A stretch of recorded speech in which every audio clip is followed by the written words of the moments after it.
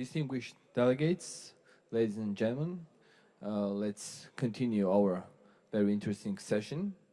I have the honor to co-chair the current session together with Mr. Ajay Madiwale, UN Coordination and Strategic Partnership Advisor at UNOPS, where he leads the Europe and Central Asia regional portfolio.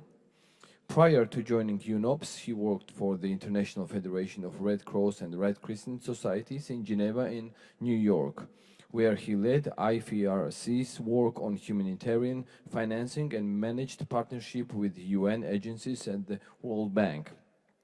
He represented IFRC during the negotiations of the 2030 Agenda and Sustainable Development Goals and Financing for Development. The current session will focus on innovative instruments established for leveraging resources or results for human development, primarily through investment portfolios. These instruments include social impact investments, blended finance, thematic bonds, guarantees, or other initiatives. I think there is most extremely important to see the real examples, and we look forward to hearing the experience from Germany, Finland, and France. We have three speakers with important experience in innovative financing area and specifically in the impact investment solutions. Let me introduce our first panelist, Sophie Maisonneuve, who has been working at the Ministry of Europe and Foreign Affairs of France over the last 13 years. She is now Chief of the Development Finance, Innovation, Partnership Division, and her unit holds the Secretariat of the leading group on Innovative Finance of Development. Sophie brings substantial experience in EU issues, including Nordic countries and EU-China partnership. Please, Sophie. Thank you. Thank you very much, chairs. And thank you very much again to the presidency, to Dr. Jashi, who made an excellent job at chairing the leading group. And we must say that we are very impressed by the work conducted during your presidency. So indeed, France has a track record in developing, promoting innovative financing. I cannot thank again David for your presentation before. Well, I can end my speech now. Everything has been said regarding the French experience in the past. I may maybe add some new elements that we have done recently in terms of impact, guarantees and bonds. I will focus mainly on impact bond because it's really an impact. This is really the trend issue now. But before coming to that, I wanted to mention one or two tools that we have in France, namely ARIS, which is a guarantee tool. It's a final loss guarantee offered to financial institutions, more than 100 financial institutions around the world. So this guarantee is offered by our Agency for Development, AFD, and it's offered to cover 50 to 75% of a loan to SMEs in more than 40 countries. So we know that it is a main critical issue for SMEs to get funding and investment because they are considered as very risked assets by investors. So this kind of guarantee is really a way, an innovative way to gather investment for SMEs. Another example, very different, that we have done in France is green bonds. You know, this is the new frontier of climate and green finance. So we have we made our first bonds last year. It was a tremendous success, $7 billion. We were like overwhelmed by the success, and it has now reached $14 billion. So this is really extremely important, as you can imagine. So it's just to show that it works. You can use ODA as a catalyst to bring private sector money, and this is the key issue, to move from billion to trillion. Now I want to maybe focus more on the impact that is really indeed, and my colleagues from Finland and Germany will I guess will agree with me, the new frontier as well. And so the interest for us, it allows to mobilize private resource and actors, but also it helps us to rationalize our approach by evaluation and measuring our impact. So you have really the two advantages within this tool. Just also an example of how you can think and implement this kind of tools. So nationally in France, we have created the Impact Invest Lab that gathers researchers, funders, governments to think together within the French context what tools can be effective within the French context. And it's really something that we think is very, very effective, because as it was mentioned, I mean, of course, every country is different, and you have to determine what is most suitable for you within your own context.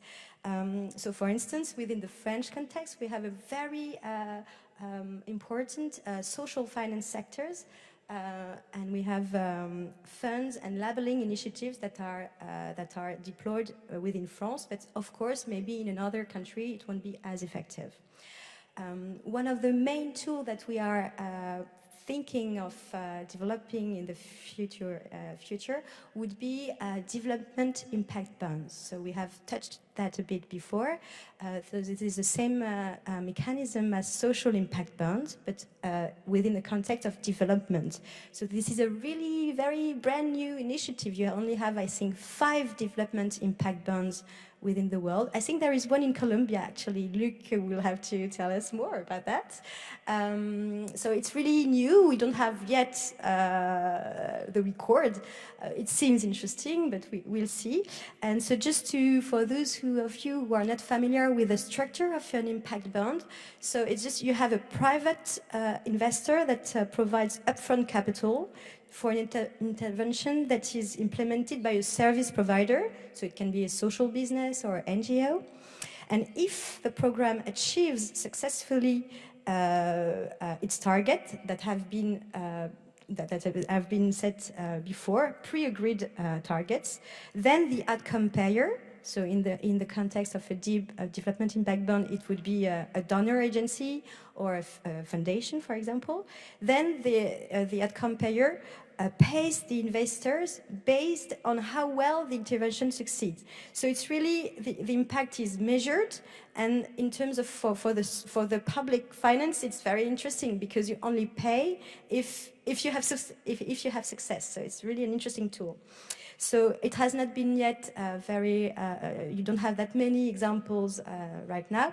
One of the contributions of France is that we will launch, like now in January, a feasibility study on having a development impact bond on I will just give you an example. I think it's very, it shows well the interest of such a DIP. So it will be in menstrual hygiene for girls in sub-Saharan Africa. So you will tell me, well, what's that? Well, it's a crucial issue. We know that girls in Africa or in India, for instance, don't go to school when they have menstruation. So of course, when you don't go to school, at one point you leave school, their menstrual and reproductive health is not well known. So usually you get pregnant very early, and you don't really have the ability to work. So it's really an issue that seems very trivial, but that is key for girls for their autonomy. And of course, nobody cares. I mean, nobody thinks that it's his responsibility to deal with that.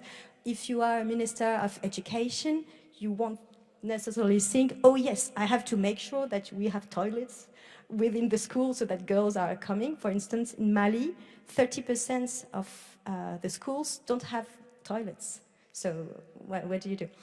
And when you are a Minister of Health, you don't necessarily think, oh yes, I have to build, you know, toilets in schools. So, you know, it's really an orphan subject. So I think orphan subjects, very transversal, are very important, interesting subjects to deal with a DIB. But I take the word of caution of Luc. This is a feasibility study. So if the feasibility study says, yeah, the topic is interesting, but the DIB instrument is not relevant, we won't go ahead with that. We will go ahead with the project, but not financing it through a DIB. So for me, it's very interesting because, you know, it's really the SDG approach. You target, you will, with one project, you will target gender equality, quality education, reducing inequality, sanitation, good health, I mean, you name it, you know. But so we also are aware that you have downsides to SIBs and DIBs, and it's mainly the structuration cost. We have to scale that. We all know that. And one of the ways to scale up would be to use outcome funds that would reduce the transaction cost of these bonds that are quite expensive already, and providing, you know, an overall approach and financing to gather maybe more money and to cover more geographical possibilities.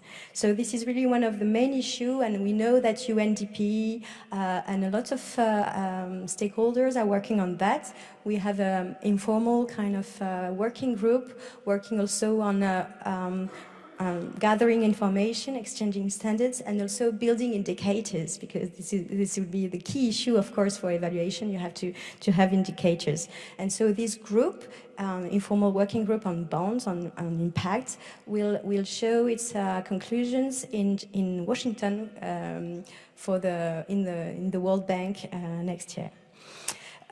So finally, also I wanted to mention that these kind of bonds it's also a matter of methodology. We know that we have to build the more partenarial approach possible.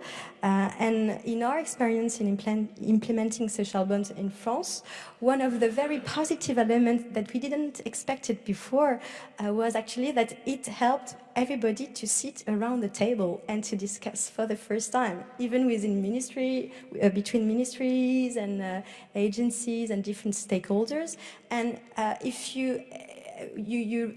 in addition to the benefits of the social impact bond, just the fact that you have a partenarial approach, gathering everybody, I think it's really a very, very good thing to push.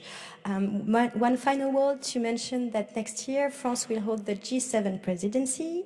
Finland will host the EU presidency in the second semester, and Japan will hold the G20 presidency next year.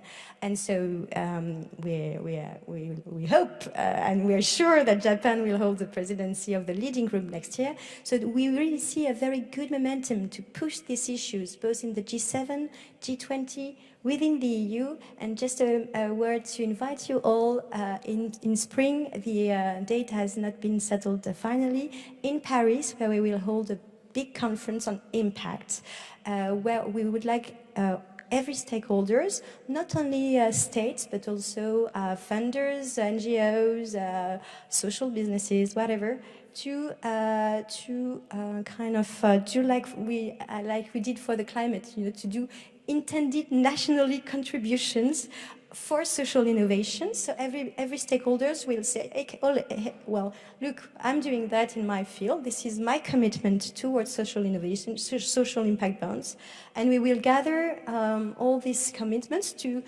showcase. Well, look, guys, what we have already yet in the plate, and hoping to nurture the appetite of others. Cheers. Thank you.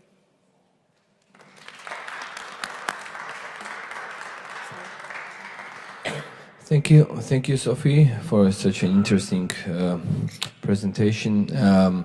Let me introduce the next speaker, the experience from Finland. it will be very interesting. Mika Piko, the project director of impact investing at Finnish innovation fund Sitra. Mika leads Citra's development operation of impact investing, and under his leadership, 6 thematic fund projects are underway or on set for launch in Finland. Mika has previously worked in leadership position in Finland's Slot Machine Association and the Finnish Center for Health Promotion. He has particular extensive experience in development of collaboration between the public, private and third sectors. Please, Mika.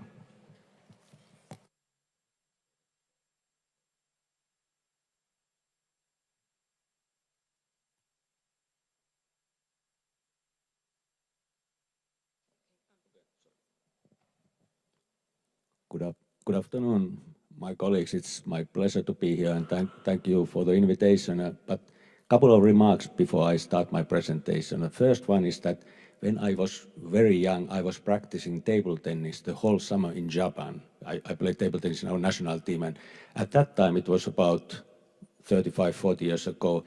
In every evening, when we went for the dinner together with our Japanese host, we were given the microphone and we were asked to sing. So it's that very strong memory in my mind, and every time I got a microphone, I have a feeling that I have to start to sing.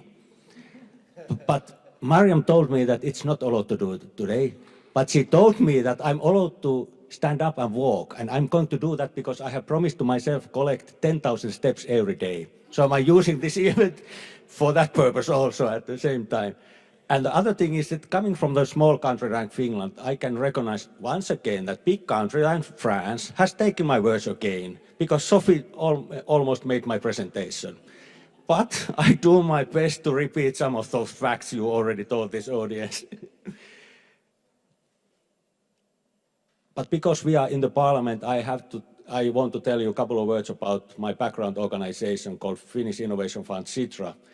Sitra was established by Finnish Parliament 51 years ago. When Finland had its 50th anniversary, Sitra was a gift from Finnish Parliament to Finnish people. And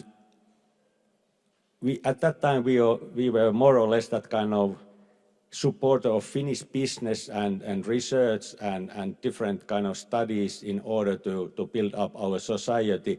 But nowadays, we are more think and do tank as well as an investor. As you can see that our endowment is about 840 million euros, and we are working by using the return coming from our endowment. We are still working under the control of Finnish Parliament, but at least we feel that we are quite independent because we don't get any funding outside our own organization. So we are using the return coming from our endowment, which is about 840 million euros. And we are, as I mentioned, we are think and do tank as well as an investor, and we have translated SDGs like this. We are running this kind of operation on our approach, how to develop our society and the global community is this kind in terms of SDGs. But anyway, let's say sustainable well-being is our approach to all of our activities. And as I mentioned, that this part that Sophie already made my presentation, my title was that Impact Investing Experiences from Finland. I'm going to tell you what we have done in terms of impact investing in Finland. And I would like to ask you to listen my presentation, not just that what is happening and what has been done in Finland, but from your perspective, how our experiences could be used in your country, in your region, and even more broadly in terms of implementing SDGs globally. And because I'm a son of 2 teachers, I want to repeat a couple of terms again, because those are used already during this day a couple of times without explanation what those terms are really meaning. So first about impact investing. Very briefly, impact investing means that private capital is allocated intentionally to projects and or organizations which generate financial return, but at the same time measurable benefit in terms of society or environmental questions.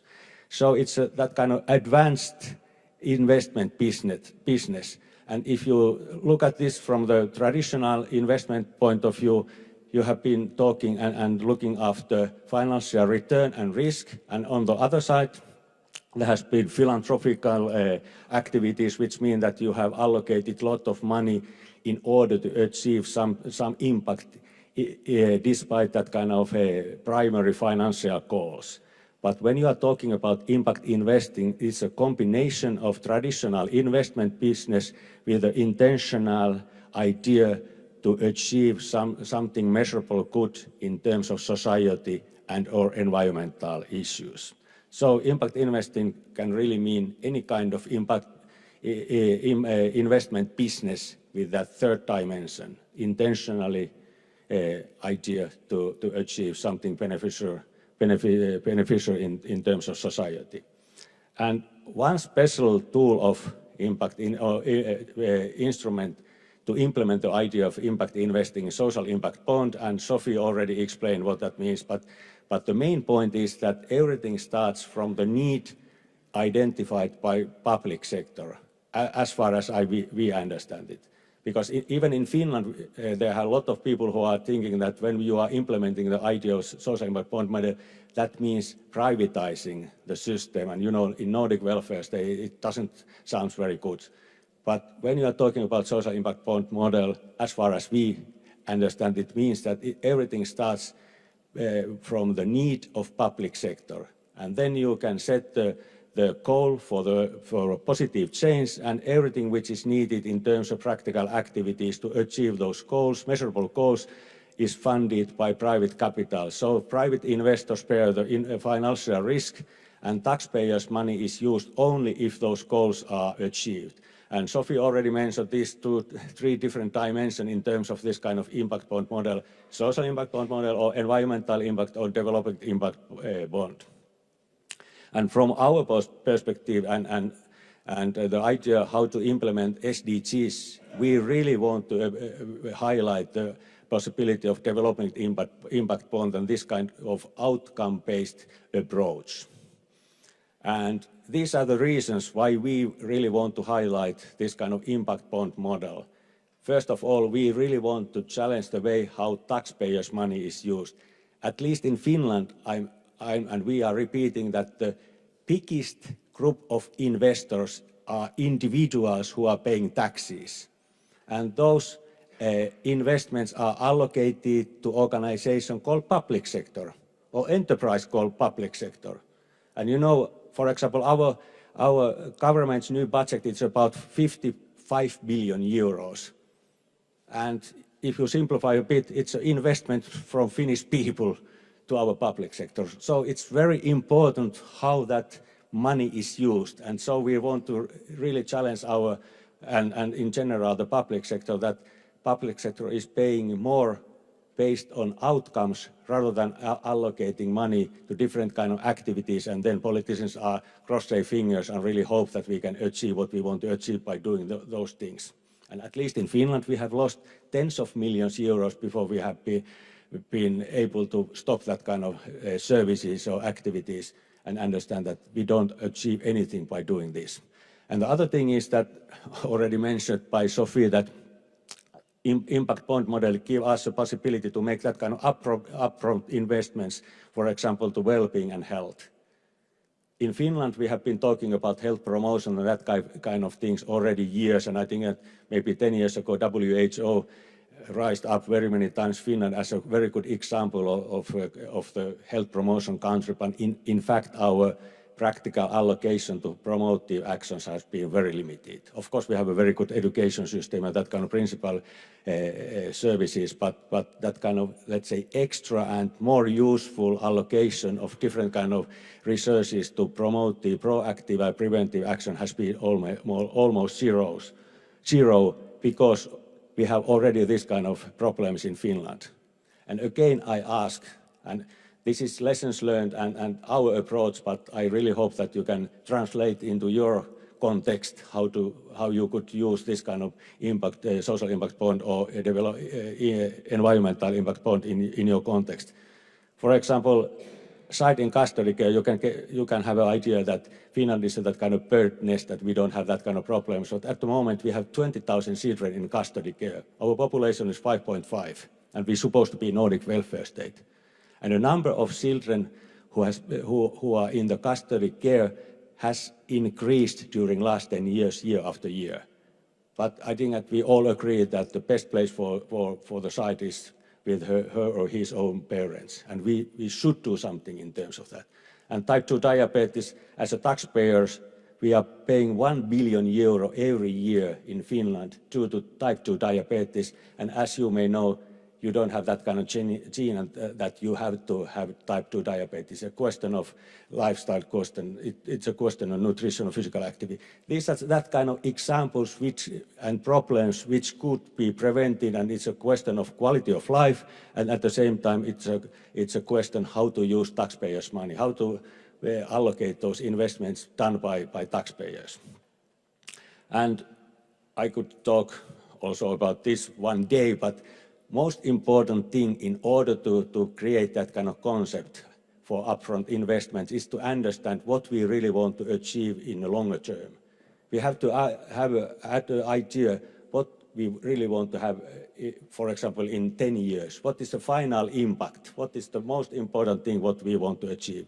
And then we have to understand what kind of changes are necessary in order to achieve that final impact. And then we can allocate resources and different kind of operations in order to make those positive changes, which then gives you the final impact in the longer term. But this is very traditional impact chain, but normally we start to talk about this, that how much resources we have, what we can do, what can be done by these resources, and then we try to figure out how we can measure that we have done some useful. But we want to take it around that first we have to understand what have to be and what we want to achieve. So the impact really is created by that kind of systemic approach. And in terms of this, I would like to just stress that we start to use the terms impact economy, or we really need only impact funding or impact financing. We don't need blended finance, of course, we know, but you know, the final reason for this kind of funding should be the final impact. So I think that I would like to start to use more and more terms impact financing or impact funding, as well as impact economy, in order to build that kind of ecosystem which is needed to achieve those goals. And this is my last slides. I know that this is a little bit naive, and maybe this is optimistic, but I'm coming from the country where Santa Claus is living real.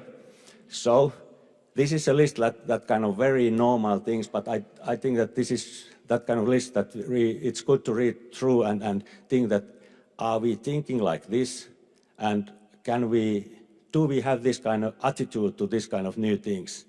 And I think that there's a couple of more important things. And the first one is that we really have to trust each other. And we really have to remember that there is no organization which are doing something because there are people inside those organizations who really do those works. It's not Sitra who is doing something. There's we who are working for Sitra. And that means then the trust between each other. And the other thing is that we have to be able to take controlled risk. We cannot achieve anything new without taking risk. And I promised that this is last, but I was lying. This is my last slide. Because Sophie mentioned already that we are going to have an EU presidency. We are going to run the EU presidency during the second part of next year. And our team will be economy of well-being, one of our teams. That means that we think that how we can implement the idea, that kind of very horizontal approach to people's life, is that we are implementing the idea of outcomes contracting. And in order to do that, we have an idea that we establish an advisory platform to support EU member states, but we hope that we can support broader than not only EU member states in terms of this. And we have an idea that we could establish that kind of EU-wide outcome fund in order to support domestic outcome fund. And again, at least from Finland's perspective, we hope that this kind of idea could be implemented even broader and not only among EU countries. And we are very happy to have, for example, Sophie's and France's support in this initiative. Thank you for your attention if you didn't sleep during my presentation.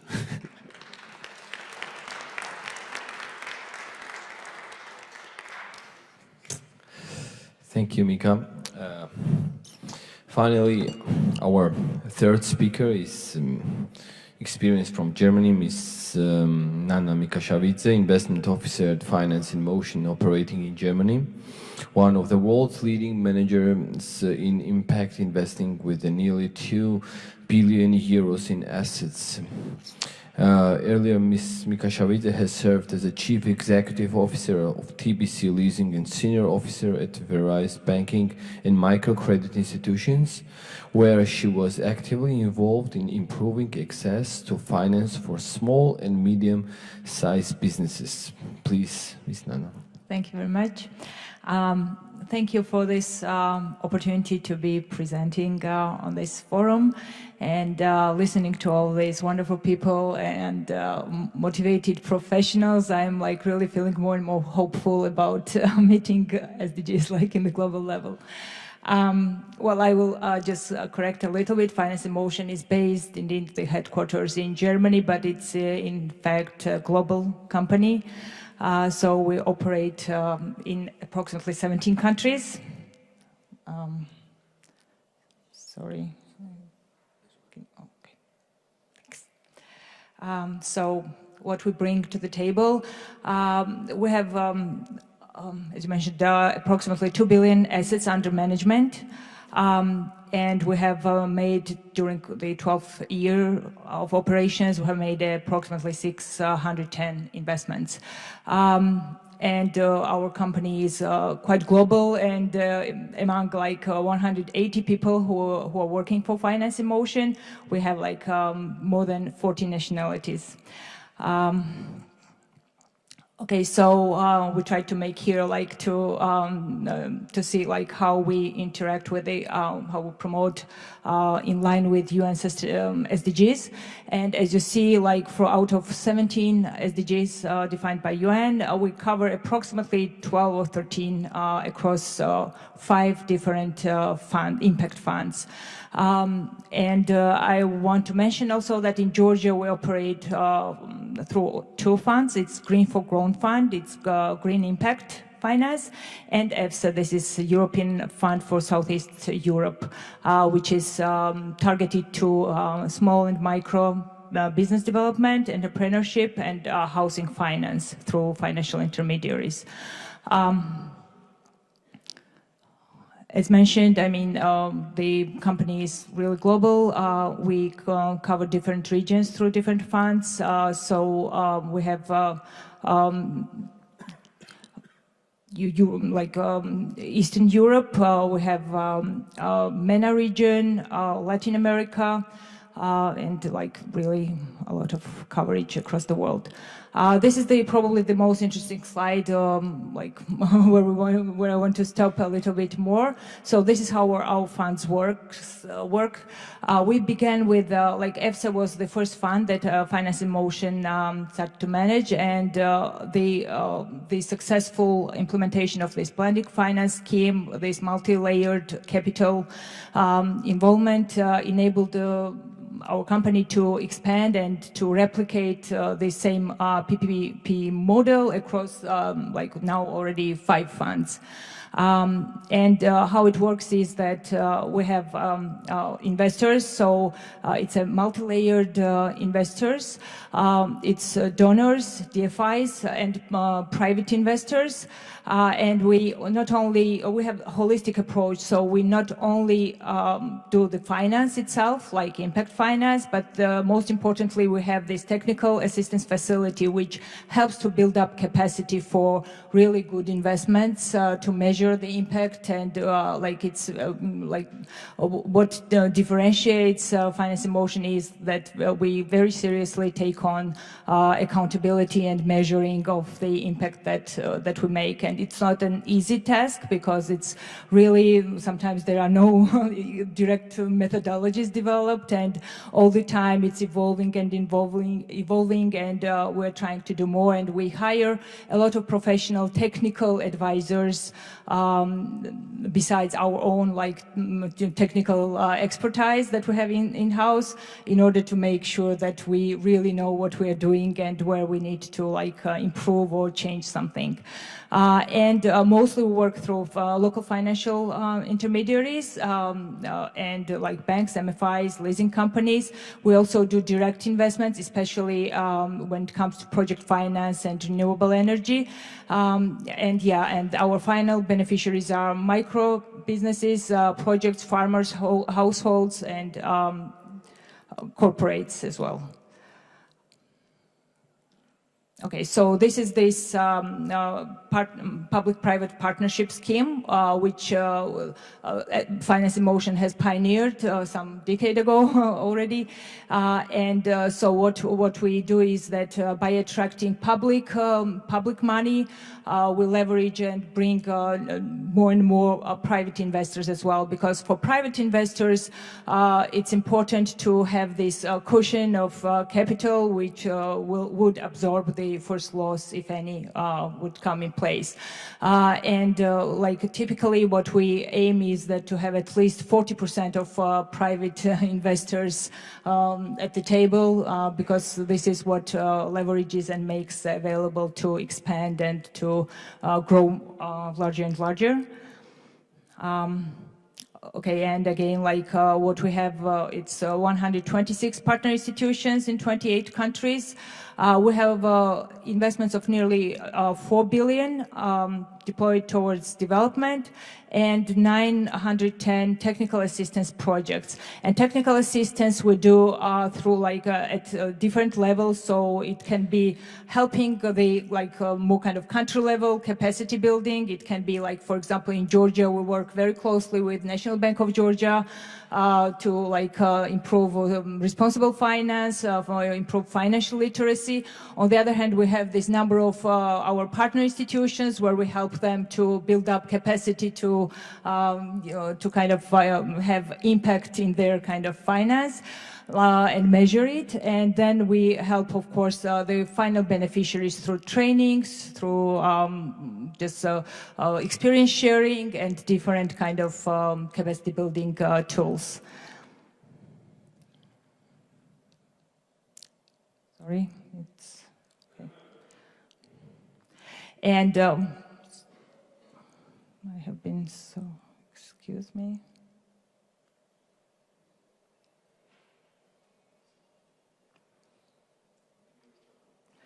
Არა, ეს წინა სლაიდი, რომელიც რატომაც არ ჩაერთო. I'm So recommendations and lessons, and where we think that we stand out is that we have strong regional presence, because we believe that unless you are close to your final beneficiaries and you know well what their concerns are and how to it's easier to deal with. So we are present in most of the countries where we do finance. And as I mentioned, this kind of structured capital structure allows us to have more and more private investors, technical assistance, and replication, which we have already seen that can be successful and can really help with improving access to impact finance. And now, to give you a little bit more flavor of what we really do in practice, I will, if you allow me, I will show you a small video.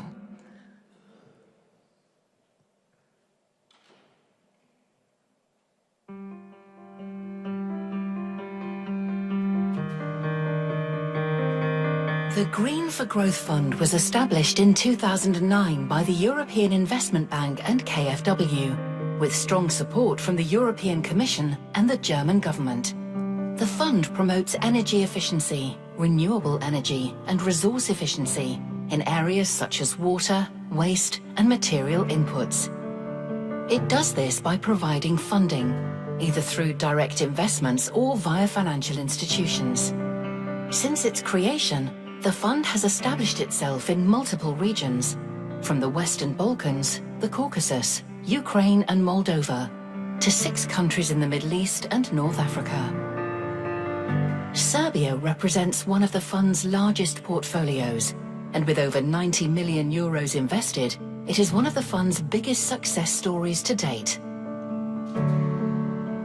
Serbian government has a goal to achieve 9% of energy savings by 2018. The GGF has been very supportive of these efforts by providing financing. Several banks are offering energy efficiency loans for private individuals that are looking to invest in home improvement measures, SMEs that are looking to improve their production, public companies and others. Since 2015, the Green for Growth Fund has worked successfully with local intermediaries, such as ProCredit, to provide energy efficiency loans and innovative services, helping companies become more energy and cost efficient. An example is Kepo, an innovative company that produces biomass pellet heaters. Thanks to an energy efficiency loan enabled by the GGF, they were able to buy a new laser cutting tool that helps save resources.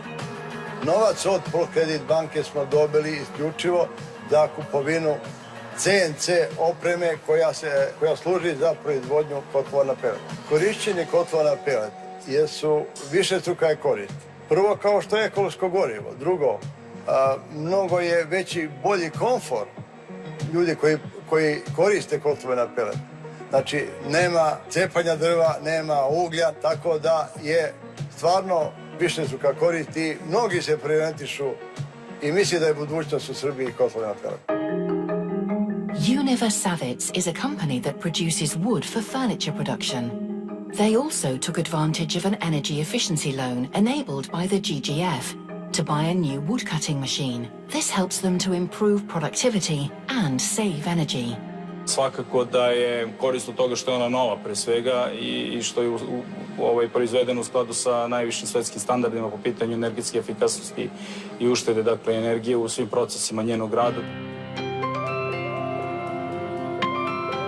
Serbia is a very important target country for the fund.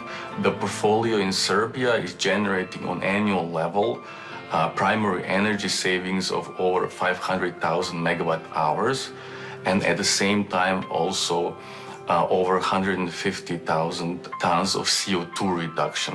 And with this achievements on annual basis, it is contributing to about 30% of the overall impact of the fund.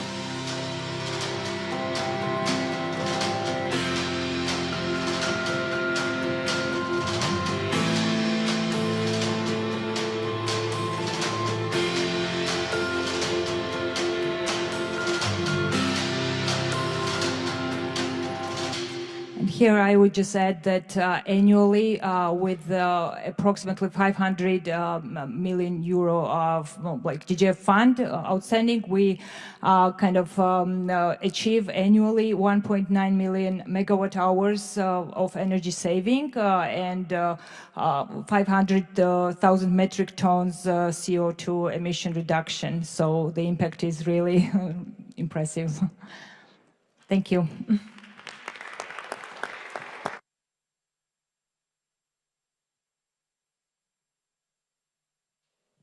Thank you, Nana, for that very excellent presentation, and to all the panelists, actually. I think together you show what a variety of actors can do in this space and in a variety of sectors. So we have, someone from government, someone who works for a fund that is funded through public resources, and someone who works for a private fund. And I think one of the themes of this day, and one thing that can really come out of this, is how these different actors can work together in greater coordination and in greater partnership to achieve these common ends of the SDGs. So with that, I'd like to open up the the comments or questions to the floor. If everybody has a question, please raise your hand and we'll call on you. Please. Hello, everyone. I have a question. What do you mean in feasibility study? And what kind of study and research you are going to have? Empirical, case control, or other kind of studies and researches? Thank you. Thank you so much for that question. Which of the panelists would like to take that? I think first one is for you. Thank you. So the feasibility study we are conducting, we will launch it in January. It will take 4 months, and it consists of a team studying the government implication and interest on menstrual hygiene within the countries, the sub-Saharan African countries, but also gathering information on NGOs or social business that could be able to conduct the project, and also, well, to determine the conditions there and potential investors as well. And so after 4 months, they will produce their work, so in spring, and we will see whether, well, we don't have any doubt that the topic is interesting, but we have a doubt on is it interesting to finance it through a DIB, through a development impact bond. So it will, I hope, give us information on that. Is it worth doing it that way? And indicators that we really have to define and to fine-tune to be able to be sure that it will have an impact in 3, 5, and in the long run. This is the key issue also. It's to make sure that once the DIB is over, I mean, it's, well, the operations are not over yet.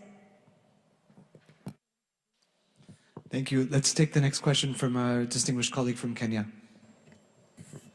Thank you very much. My name is Esther Basaris. I'm a member of parliament in Kenya, and I want to speak to the menstrual health. I mean, recently in Kenya, I mean, I don't know if many of you are aware, but our government actually zero-rated taxes for sanitary towels, and then came up with a very, very expensive but good project to ensure that we have sanitary towels for all girls going to school. It's a program that results with sanitary towels being imported rather than manufactured locally because Procter & Gamble are too expensive. There is also the alternative of reusable sanitary towels, which can actually end up having women employed to produce the reusable sanitary towels. But then again, I agree with you that you need an integrated approach between the various ministries. Is it the Ministry of Education? Is it the Ministry of Gender? Is it the Ministry of Trade? And Kenya, in our parliament, we have an SDG caucus. Of course, it's not a committee in parliament, so it has no funding. But we recently had our first integrated approach where we brought members of the civil society, government and private sector and academia together, and we had telecast a live event where the country was being brought on board in terms of the SDGs. I think when I look at the various panels that we've had today, there's a lot of focus in Europe and Europe coming together to solve the SDGs. But I think there needs to be a partnership between Europe and Africa, not just for donor aid coming in, but how can we use some of these innovative skills to raise funds within Africa for Africa, because I think the dependency on donor funding is becoming the norm. And we, as Africa, have a lot of money as well. So how can we have that integrated approach between Europe and Africa? Because Africa is where the SDGs are probably going to fail if we don't get that partnership. And the raising of funds has to be beyond taxation. I mean, right now we're raising funds through taxation. We've got the green bond. We've just had a conference on the green bond. We had the blue economy, and Mauritius has successfully raised a bond there. So I think Africa should not be neglected. Somehow we should partner with Europe. Thank you so much for that. Sophie, would you like to respond? or any of the other colleagues as well who may be funding projects in Africa? Yeah, I would be interested. Well, congratulations to Kenya. We know how good you are and how innovative projects are made there. I totally agree with you. It doesn't have, well, it's right that for now the discussion is mainly within the north, let's say, and this is a big issue.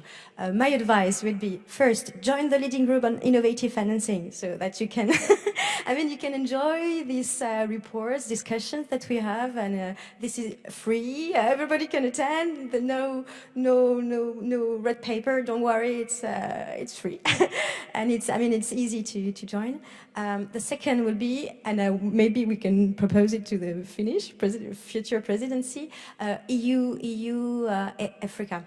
There will be next week the EU African Union meeting. That is an annual, summit between EU heads of states and African Union heads of states. So this is under the Austrian presidency, so it will take place in Vienna next year.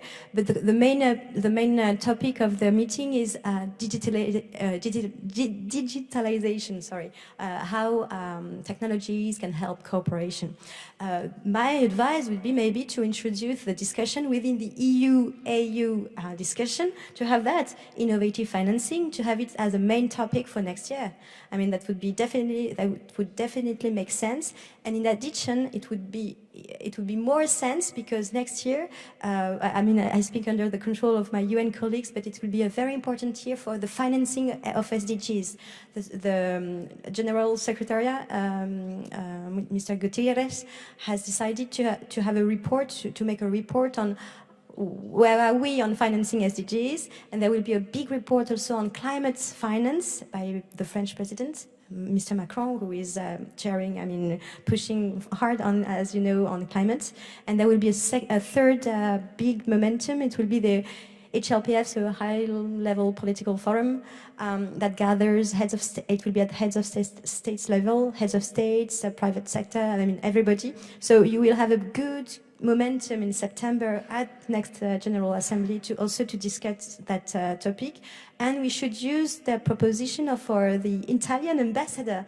As I understand, Italy will be a co-facilitator for the Financing for Development Forum, the FFD, which takes place each year in April.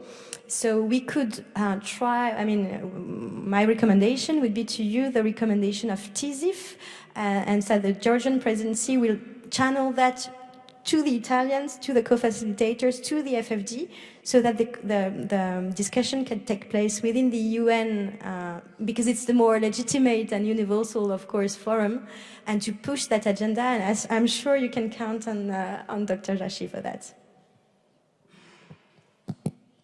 Thank you so much, Sophie, again. Are there any more questions from the floor? I can... So now we have the lunch time. We have 45 minutes, so now we're starting lunch in the Rustaveli ballroom. Thank you.